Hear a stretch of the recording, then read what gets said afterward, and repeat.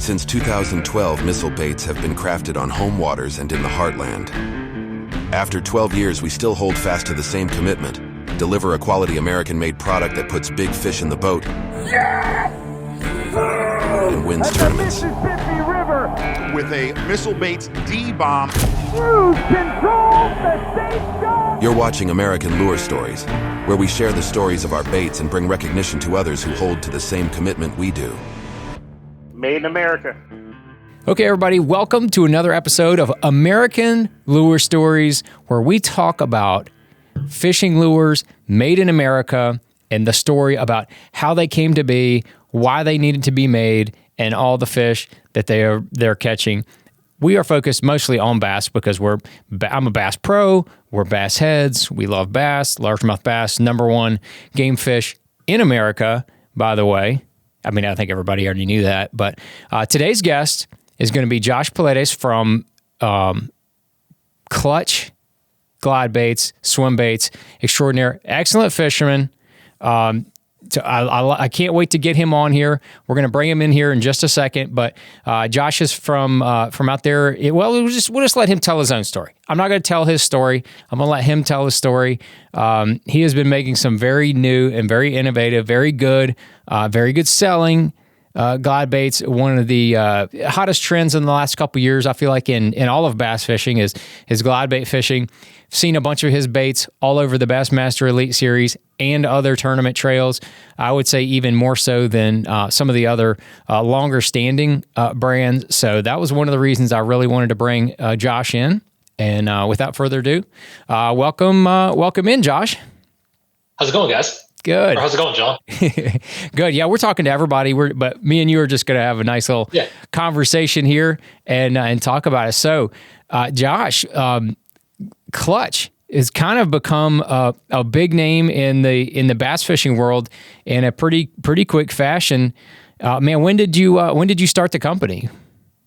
So I feel like that's two different questions. There's when I started making baits, and then when it kind of progressed and actually selling. Yeah, when did you start with the Clutch brand and selling them, and then we'll back into the other. Okay, so I've been, what was it? 2, or I guess it'd be 3 Octobers ago now. So October of 2021 is when Clutch officially started. That was the first drop. Gotcha. So really, 2.5 years or so. Yep. Wow, that's cool. It feels like it's been a half a year. It's gone by crazy quick. It has, man. It feels like that. I mean, for that amount of time, just from my exposure and knowing it's come around really quickly. But so backing up, you are a extreme bass fisherman, right? You like bass fishing and you do the tournaments and everything, right? Mm-hmm. Yep. I even tried the opens one year, and that didn't go super, super well. But that was a rough year personally.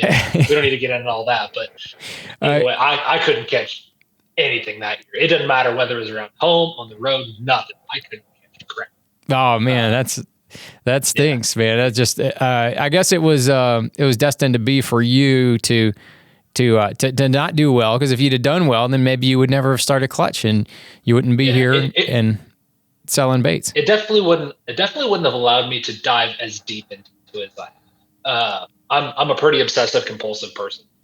Seems like when I find something that I like to do, I go down that rabbit hole, like with everything. Like I don't halfway do something. It's either all in or all out. I like it. And that's it. If those tournaments had gone well, there's no way that Clutch would have become what it is. I wouldn't have been able to be as focused on performance of baits as much. It kind of would have just been a lot of irons in different pots, probably turned out as well. Yeah, that makes a lot of sense. I'm a huge believer in that everything happens for a reason, good, bad, or indifferent. And it really helps me in when things don't go the way you want them to go, or you think that you want them to go, knowing that there's a bigger plan, there's a bigger scheme, and everything happens for a reason. You may not understand that or see it at this point in time, but at some point in the future, hopefully that you'll see it. And sometimes you just have to have blind faith that you know that things happen for a reason, and that you're everything's going the way it's supposed to go. So it helps me a lot in that. But so when did you get into bass fishing in general? How old were you? I got into it fairly late. I'd say late teens. Okay. End of high school, right around first couple year or two of college, somewhere in there. Where was it? Where were you in high school? So I grew up middle of Kansas, basically, just outside of, or it's not really middle. It's just outside of Topeka, Kansas. Okay. Not the best lakes around there. Quite a bit more smallmouth than probably a lot of people realize, and not the best largemouth fishing. Like Ned Cady, the guy with the Ned rig. Yep. It was like just down the road. Like, oh wow, we're in the middle of Ned rig territory. Gotcha. So when you saw these Ned rigs, you're like, look, I need something massive.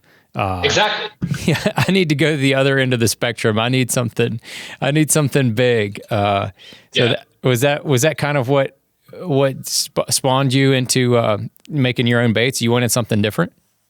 Yeah, exactly. Like, you're always looking for a competitive advantage around there, and I cannot throw a Ned rig. I've tried it. It's too boring to me. It's like you pick it up and drag. I can't do it. You need to be medicated to fish it. Yeah, exactly. You got to be on salt. I like fish faster. I like moving a little bit, and that Ned rig is, God help you if you can throw it, because I definitely can't. But so tournaments and stuff around like Melbourne Lake, Perry Lake, all those places where people would go out there and just drag Ned rigs around and catch them. Like I started watching like the Bass University stuff. I started watching a bunch of YouTube and saw a lot of people having success on Swimbaits where you don't typically catch them. So started with the bull shad, started with the S waivers and stuff, and started having success with it. Started catching a lot of good sized fish, and it just kind of, once you, as you know, like you start with the plastic stuff, and then the second you dip your toe into the resin stuff, it's just, you're all in. It becomes crazy expensive, and you try everything. Interesting. So when did you make your first glide bait or your first swim bait? It was about 5 years ago or so. So probably 4, 5, 6 years, somewhere right in there after I started kind of fishing. Okay. As you know, it got expensive quick, and I started just kind of messing around with some stuff, started reading a lot of online forums and stuff. And I've always been one that kind of messes with stuff. I've always been one, tie my own jigs, pour my own lead up. And I did a lot of wood shop stuff in high school, did a lot of sanding, or like with the sanding and everything, and always been very much one to use my hands to work with stuff. Yeah, crafty with the old mitts. Yeah. And I don't know what it is. I've never been one that the easy stuff works out for me. It's always like I seem to excel at the hard stuff. So of course I go with glide baits first, the most difficult swim bait to make. Absolutely, because the balance is huge on glide baits, but we'll get into that in a minute. So you started making baits. So what happened? Did you start showing them to your friends and then they start wanting to buy some, or what happened there? That's basically how it went down. Just started making them, started giving some to a couple close buddies, and started having some success on it. The first couple ones were ugly. They're bad. I'm sure we'll break them out someday way down the road and kind of show people some of the stuff that it went through. But it was dude, that's the stuff, man. That's the deal. Yeah, and I mean it's really easy to make a bait that just does that in the water. It's really hard to make a bait perform like you need it to do. And I mean that's the deceptive thing with swim baits is like you start making them and you're like, oh, okay, like you start seeing a little bit of success early, and it just fuels the obsession with making. Right. And then you take hours and hours and hours and hours to get one right. And then you're like, okay, cool, let's do a different one. And then you kind of have to almost start over from scratch as far as the balance and the weighting and all that, right? Yep, for sure. So did you, which one was the actually first bait that you made, that you, like this first shape that you made? For sale?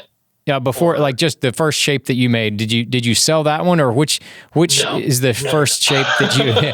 All right. Well, what is the first shape that you made and sold? The first shape that I made and sold was the OG.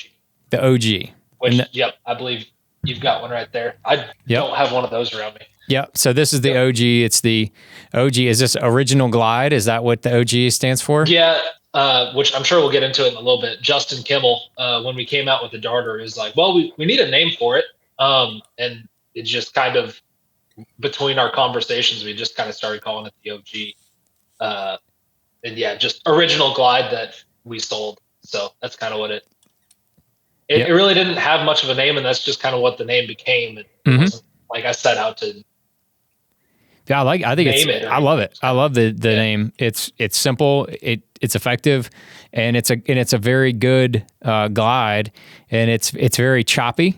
So it's very much a target. I call them a target glides, to where you're throwing it to cover, and then popping it around and getting fish to come out. But and even since that bait's been released, it's changed so much. Even the one you're holding in your hand, I don't believe is the latest version of it. Because you're constantly improving. Is that what you're saying? Every 6 to 10 months, somewhere in there, I go back, and sometimes it's shorter, sometimes it's longer. I revisit every single bait and figure out, okay, how can I make this better? So like every time we come out with a new bait, we really push ourselves and challenge ourselves to learn something new with it. We're not just trying to come out with just what's on the market. We're trying to, okay, let's make this thinner. Let's do this. Let's try to get this action out of it. And usually in the process of trying to figure that stuff out, we figure out a whole bunch of other stuff that we can apply to all of the other baits. So once a new bait comes out, we'll double back and kind of look at all of our previous stuff, apply what we learned to those. So we're constantly trying to make it. Yeah, I call it inline changes. You just make inline changes. You improve the product. You don't re-release it and call it the OG2 or OG3. It's just the improved version of it. Yeah, there's a number. I feel like that some of the other glide makers kind of do the same thing. I see some of the other ones. I follow a bunch of them on online. But all right, so the OG was the first one. Were you selling the OG in its original form before clutch was actually a thing? Was that one of the ones you were selling to your buddies, or what? Yeah, that was. Okay, well, so what was the next bait after the OG that you released? So the next bait was the darter. Okay, so the darter was the next one. I didn't realize that. Mm-hmm. And that one was a pain to figure out. And there's probably been more versions of the darter than there has been of the OG, the Boss, or anything. And the reason why is that bait kind of, I mean, there's no way around it. It sucks to work. It's tiny. It's a very thin bait. It's supposed to be. Justin is the one that really wanted. Justin Kimmel, that is the one that really wanted the darter with this shape. Is that correct? Yeah. So basically, he came to me. He's like, "Look, I want something super thin, herring profile for fishing the Hartwell, Lanier, those herring fishers out there, where they like something shooting around really, really fast. Right. They like a lot of erratic, fast, snappy action, and to be able to get a bait to be super snappy and aggressive like that, and as long, thin, and as short of a profile as it is, it's really tough to get it done. So we had to figure out a material lamination process on the first ones was the material lamination process. So basically it was the solid part, or the bottom part was resin, because resin can hold hardware really, really well. Yep. The material that we used for the lamination doesn't. Like it pretty much have the what's it called? Screw eyes just pull out. Yeah, it's too soft. Yeah. So, but it was super, super high buoyancy. It was around the buoyancy of wood. So I guess for those of you guys that don't know, kind of a back education thing. So the more buoyancy a bait has, the better it's going to perform in the water. It allows for more ballast in the bottom, keeps it more stable. So like a plastic bait that's filled with air is only going to have so much buoyancy. So imagine bubbles that are in water kind of working their way up to the top. They're kind of rising up slow. Where if you got like a 2x4 that's underwater, you like let it go, it pops up really, really fast. So wood is more buoyant than air, and then resin is kind of that good in between ground of, it's not quite wood. It's a lot easier to work with than wood. Yep. But it's not quite to that buoyancy, and it's definitely more buoyant than air. But that material we were using had the buoyancy similar to wood, so it was increasing the net buoyancy of the actual bait itself. Now, what we've done since then, and this was kind of the last big deep dive on the darter, is we switched it to an internal system in it where we're actually casting it in the middle of the bait. So it looks like a solid resin bait, but the internals of it have that higher buoyancy material, and we're actually able to run more of it this style, so increasing a lot more of that buoyancy overall. So it's even gotten better since that one you're holding. Oh, sweet. That's awesome. Because I've got a number of darters, and I really am a huge fan. The darter is kind of unlike most every other Glide OG included in the Boss. If you throw it and then just steady reel it, it does nothing. And it's kind of different. But I'm telling you, as far as success with a Glide bait, well, okay, success with a Glide bait in the last 2 years on the Elite Series, the darter, in my opinion, is the number one, because I mean, Patrick Walters is fishing it, Brandon Polinick is fishing it, I've been fishing it. I know 2 or 3 other guys that have been fishing it that probably would like to stay nameless.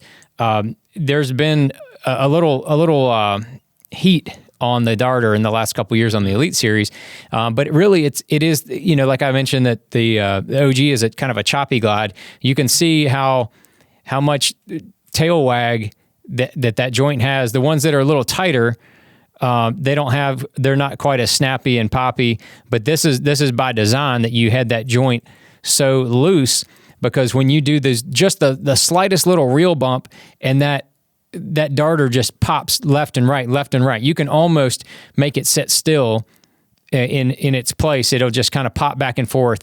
And that's really the place that I've had the most success, is throwing it past boat docks, especially floating boat docks. You reel it, you kind of chop it real quickly up to that boat dock, and then you just kind of just chop it back and forth, and that thing it'll just jump left and right. And man, those fish will just come unglued on that thing. It's really an amazing glide, and like you said, just that very unique profile. I mean, you can look at it on the market, and there's really no other glide. The S-Weaver has somewhat of this shape, but not this thin. Not this thin throughout the whole piece. Usually, those herring glides, they're not really that really quick, aggressive turn. They tend to be a little bit more of that wide gliding type of stuff. At least the stuff that's on the market that I've seen. Yeah, the S-Waver is it's a very slow glide, and you have to really modify the factory one to get it to be choppy. It is not choppy from the get-go. It is an S-Waver because you can slowly reel it, and then it kind of slowly wanders back and forth. Open water and stuff like that, that's fine, but for using it in an application like we were just talking about, it doesn't work. I remember distinctly on live, I think you shared it as well, with Brandon Polinick taking I believe it was a bone or a raw colored darter and pitching it on a bedding fish at Lay Lake, and got that fish to react. The fish ate it, and I think the fish ended up coming off. He would have won the tournament if he got that fish in the boat, but he was having trouble getting that fish to react to anything, and he picked up that darter and got that fish to react. I think he caught some other fish during that event on the darter, but it's that's been a big thing. And I messed with it a little bit last year, actually throwing glides for bedding fish. Mm-hmm. There's that one drone shot. It's done fairly well on my social media. Yeah, that's awesome. That was throwing the Boss, which is like a 9 3/4 inch bait, and that was on a fishery that gets a lot of bed fishing pressure down in Texas. Like those fish, like from the second they're on the bed to when they're off the bed, they're being pestered with constantly. Yeah, we showed up to that. I got the Boss right here. It's as big as my hand. Yep. I don't have big hands, but still, it's bigger than my hand. So you showed up to that lake and you went to work with the Boss. Yeah. So we were pitching on it with just like a white flipping bait of some, I can't remember what it was. We'll call it a D-bomb for the sake of the video. We were flipping on it with a white D-bomb. It wasn't a D-bomb because it wasn't effective, so that's fine. Yeah. Okay. Yeah. Never mind. It was a rage something. But so we were flipping on this thing for a while, and like there's nothing we could throw on this fish to get it to react. Like we tried a bunch of different stuff. It would not. It literally just get out of the way of the bait and then just look at us. Right. I was like, well, let me throw this boss up there and see what happens.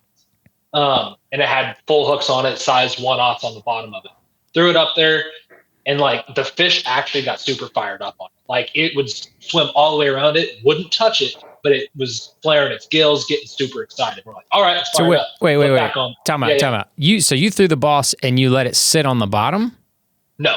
So this is where we kind of get in the weeds with stuff. So we had it sitting in our cooler because the cooler was we were cooling down the resin, so that way when we put it in the water, it'd float.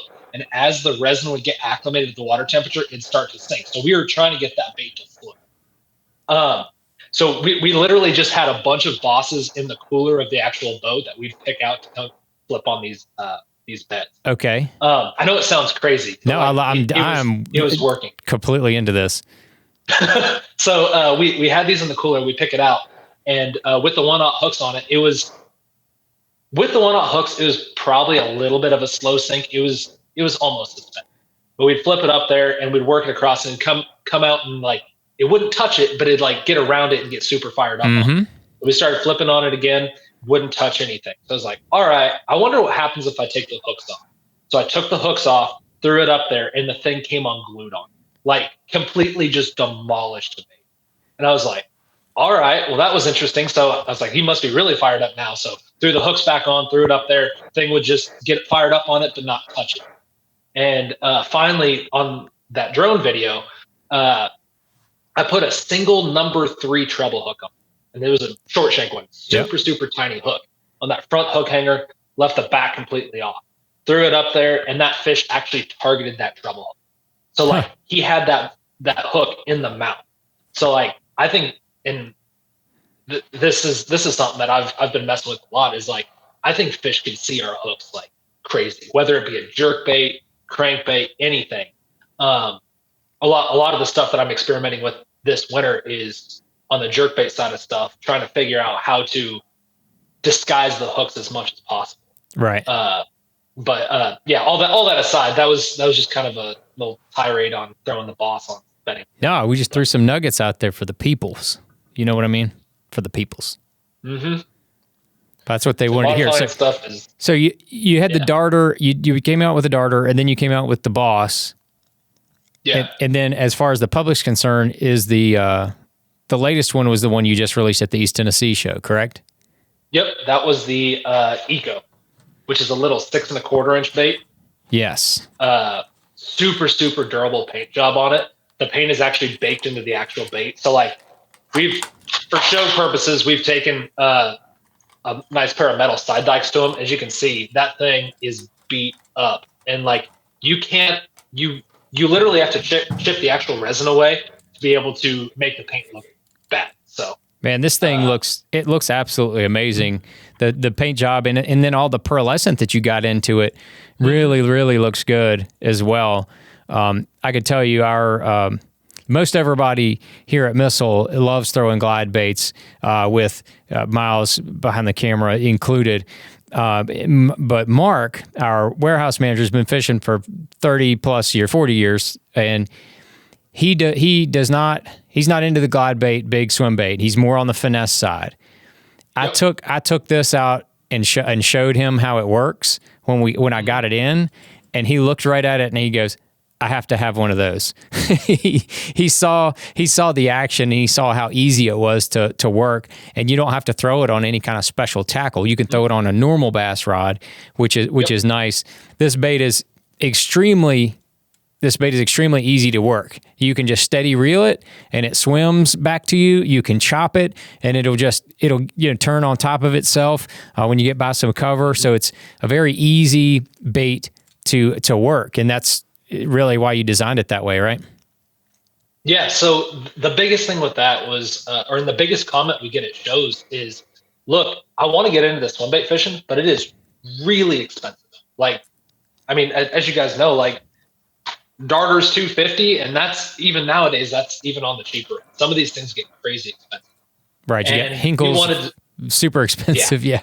$500-$600. The Hinkle trouts go up for like 1,000 or something like that. It's crazy. But we wanted something to be able to kind of give guys an opportunity to throw a high-end resin bait at a more affordable price tag. So it's $95. It's something super easy that you can go out and get a ton of bites. The story I tell a lot of guys is my full-time guy, Billy, he grew up crappie bluegill fisherman, like doesn't bass fish at all. Like literally learned to throw a bait caster 4 months ago. And he went out to a local reservoir and caught 18, 19 pounds on this thing in an afternoon. Ooh. So it's something super that gets a ton of bites that anyone can throw. Like you throw it out there and you give it a twitch in the reel and you're like, okay, that's easy. And you try it again and you're like, okay. And as long as it kind of looks like it's doing something cool in the water, like the fish are going to come up and eat it. So it's perfect for the advanced tournament guy that's trying to get a 3-4 pounder in the boat when that really matters. And it's also perfect for a guy that's just getting into glide baits, trying to get a lot of confidence. Yeah. So that was the main design intent for that bait.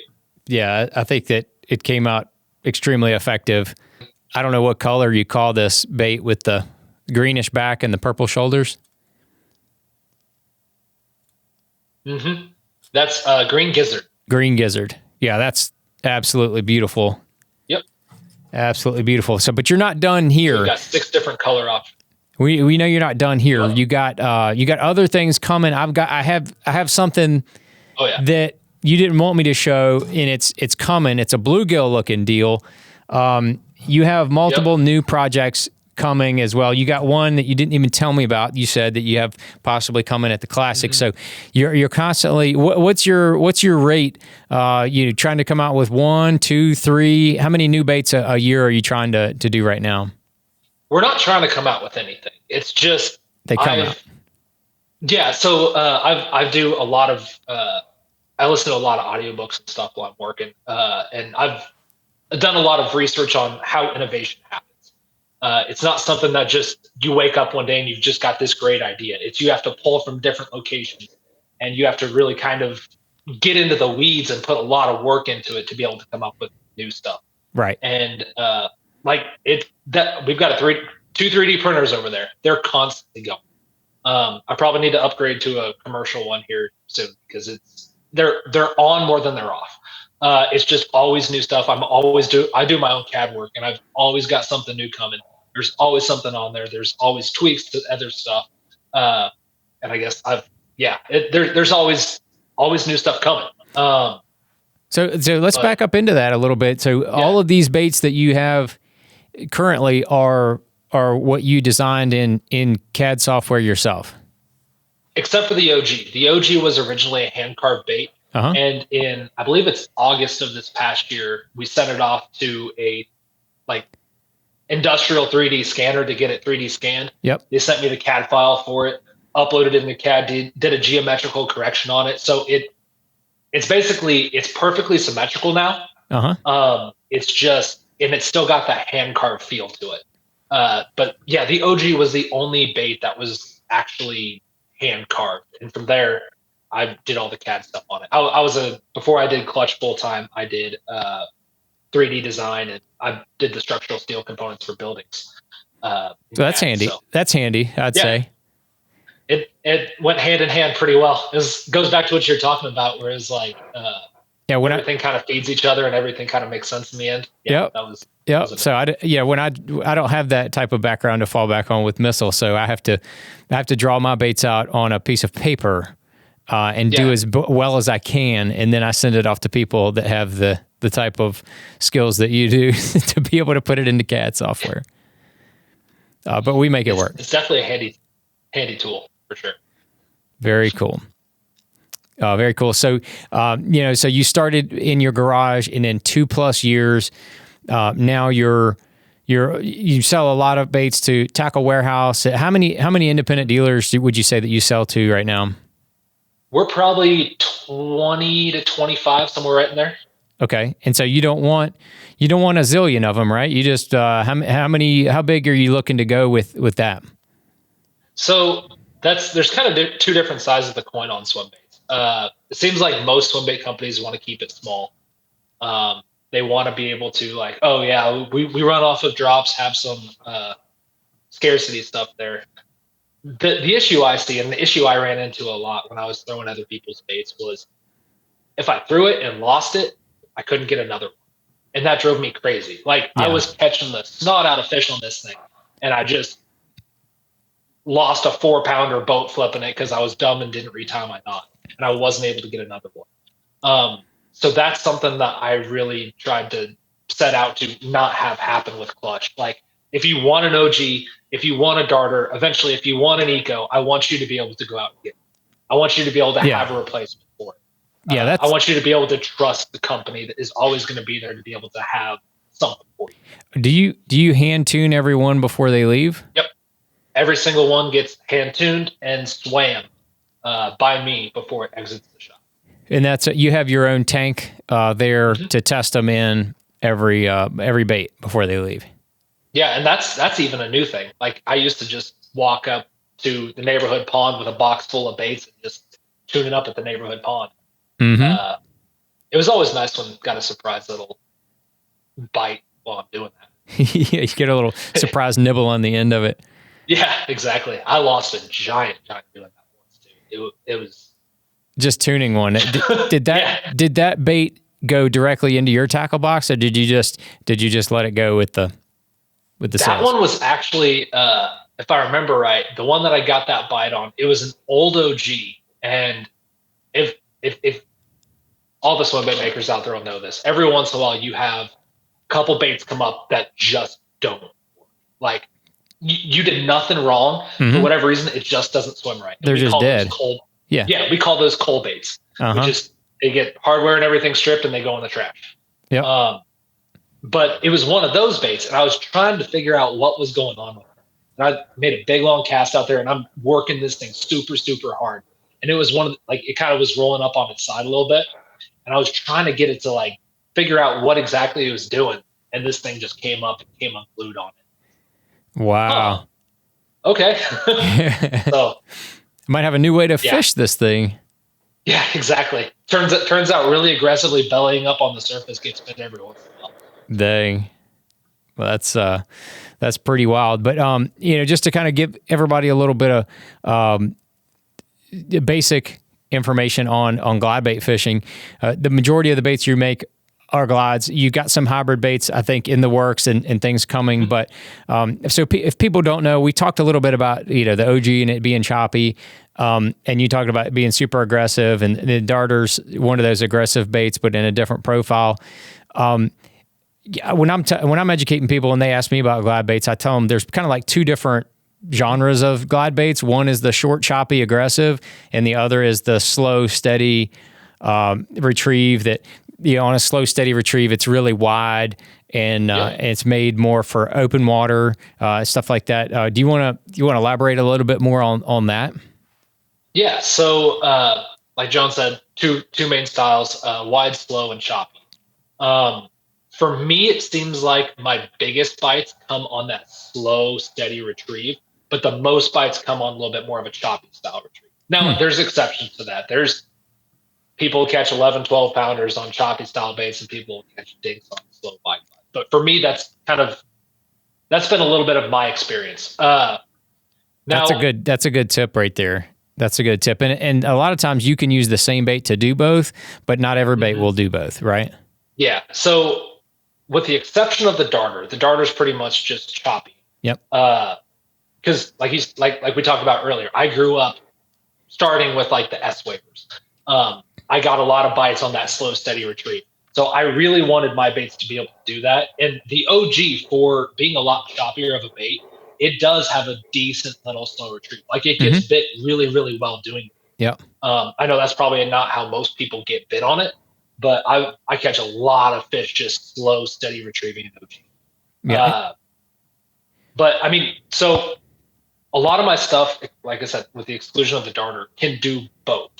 They're going to get bit doing both, and especially the Boss. The Boss was more designed to originally be a slow, wide gliding bait, but because we did a lot of manipulations with the buoyancy in the tail especially was the biggest.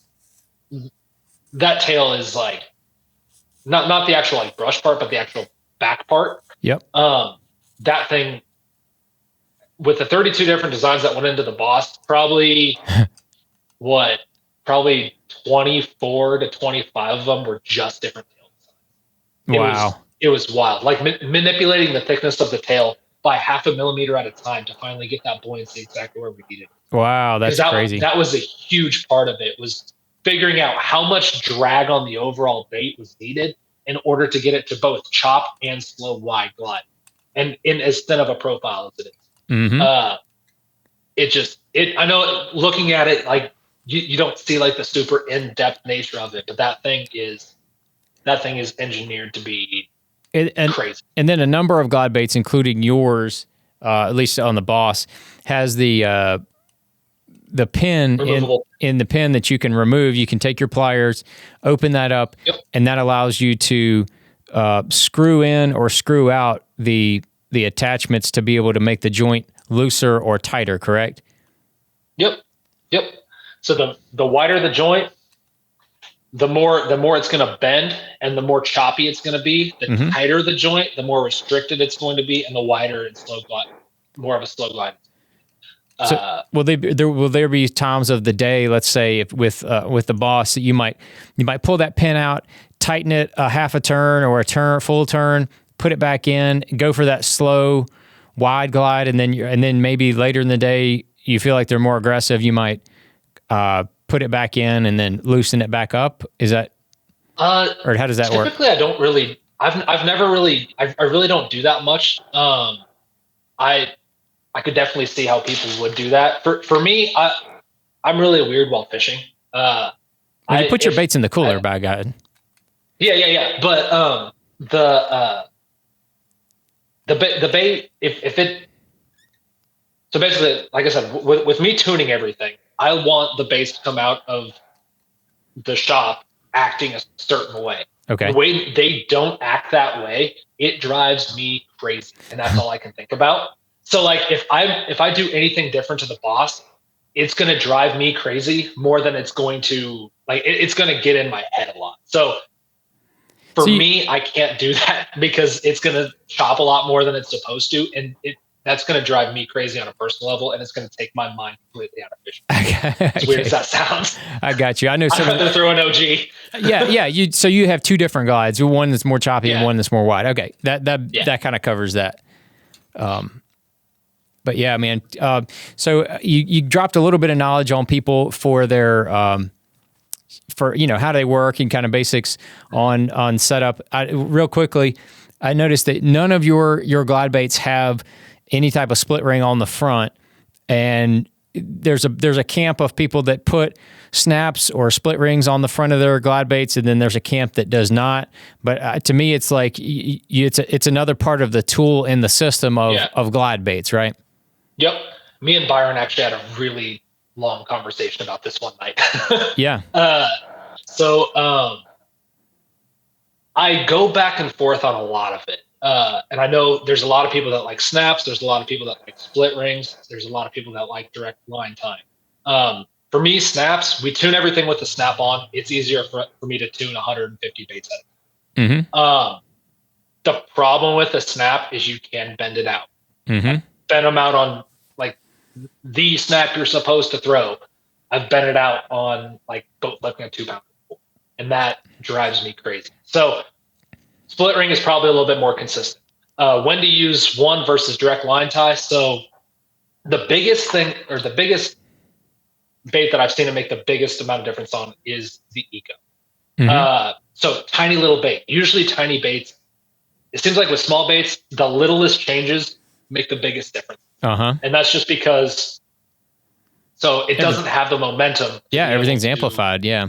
The baits don't have the momentum to be able to withstand the change in drag that you're applying on the bait. So, because what's momentum? Mass times velocity, or something like that.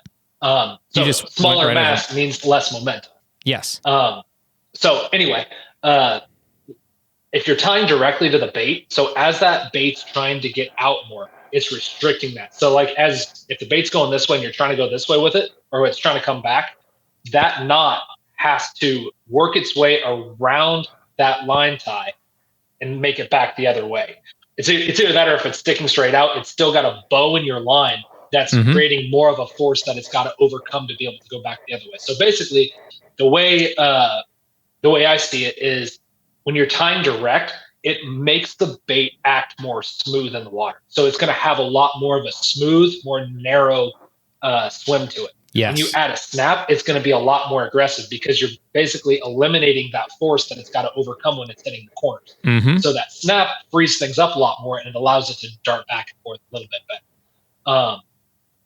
Line diameter is another huge aspect of that. So like the difference between 15-pound test and 20-pound test is huge.